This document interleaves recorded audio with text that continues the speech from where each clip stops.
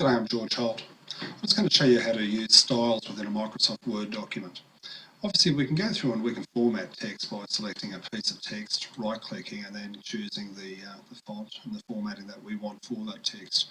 What I find is a far better method is to use styles. So in styles, what we do is we choose the piece of text that we want to apply a style to, and you can see in our home ribbon up the top up here, we have the different styles that are available to us. And when you hover over them, you'll notice that it will give you a preview of what that style looks like. So that's heading 1, next one across is heading 2, there's a title at the top of the document, subtle, and no spacing, and then just normal text. So these are the styles we have to choose from, and of course we can drop down further and choose more as we go as well.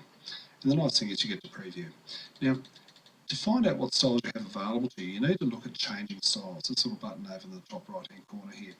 Now, when you look at your style set, you can go through and choose from a number of pre-defined styles that are ready to go for you already.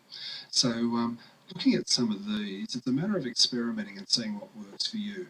Probably even more critically though is you need to find out what are the style guide requirements for your organisation that you work for, and making sure that you stick to their style requirements. So most organisations will have a corporate image that you must maintain. So what I've done here is style set. I'm just going to formal just to experiment for the time being. Now it's just a matter of going through my text and saying, okay, this here is obviously meant to be a major heading, so I'm going to make that one a heading style 1. This next one is a major heading, so it's a heading style 1 again. But when I come down to here, this one's a heading style 1 because it's a category of data, but the one underneath that, this one is actually a heading style 2. So you can see we've got the differences coming up here between our different styles there. And then this one here may well be a heading style number 3. So again, you can see by order of font size and weight and style that we're changing our style here. Now, if we wanted to, we can go back and say, look, I don't want that style set, I want to go back to a different one. And now you'll notice that what it's done is actually gone and applied the totally different style set. It's actually changed them all automatically for me.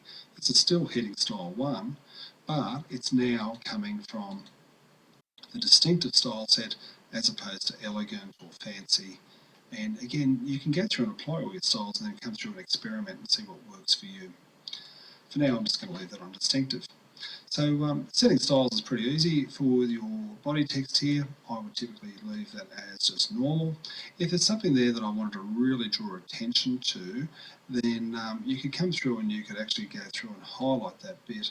And so on that line there, I want that to be more distinctive, so I can apply some emphasis to it, or intense emphasis, strong, and again, I'm using my styles here.